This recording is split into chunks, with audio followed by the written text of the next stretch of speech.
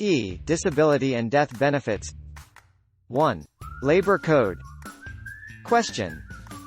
What does the Labor Code provide for death and disability benefits for employees? Answer. The Labor Code, as amended, provides for health, safety and social benefits for employees under Book 4, particularly, death and disability benefits are laid out in Title II under the Employees' Compensation and Insurance Fund. 2. Employees' Compensation and Insurance Fund. Question. Who are compulsorily covered by employees' compensation? Answer. 1. All employers. 2. Employees not over 60 years old. 3. Employees over 60 years old and paying contributions.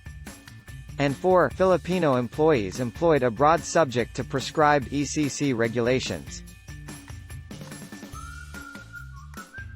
Question. What is the theory of increased risks? Answer. A non-occupational disease is compensable when 1. There is proof of a causal connection between the work, and 2. The ailment is established that respondent's illnesses are connected to her work, given the nature of and pressure involved in his or her functions and duties. The theory of increased risks is only relevant when the ailment or sickness is not classified as an occupational disease. Question. What are the conditions for compensability of injury resulting in death or disability of an employee? Answer. The employee must have been injured at the place where his work requires him to be. The employee must have been performing his official functions. And, if the injury is sustained elsewhere, the employee must have been executing an order for the employer. Question. What are the injuries or sickness covered? Answer. Injury or sickness resulting in 1. Temporary total disability. 2. Permanent total disability. And 3. Permanent partial disability. Death. Question. When is there limitation of liability? Answer. When the disability or death was occasioned by the employee's intoxication. When the disability or death was occasioned by the employee's willful intention to injure or kill himself or another. When the disability or death was occasioned by the employee's notorious negligence, or otherwise excluded from the coverage of the law. Question. What is an example of an injury which is not compensable? Answer. Injuries received by a janitor at a union election meeting is an example of a non-compensable injury. 3. Philippine Overseas Employment Administration, Standard Employment Contract. Question.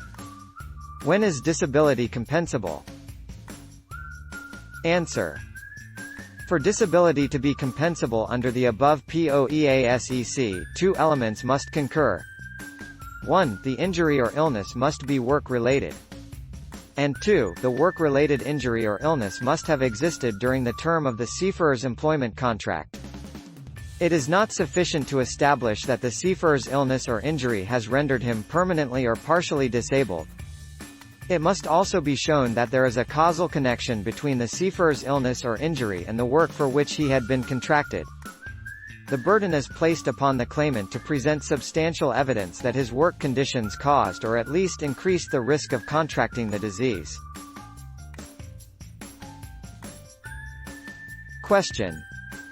What are the conditions for compensability of occupational disease and the resulting disability or death? Answer. For an occupational disease and the resulting disability or death to be compensable, all the following conditions, as supported by substantial evidence, must be established. 1. The seafarer's work must involve the risk described herein. 2. The disease was contracted as a result of the seafarer's exposure to the described risks. 3. The disease was contracted within a period of exposure and under such other factors necessary to contract it. 4. There was no notorious negligence on the part of the seafarer.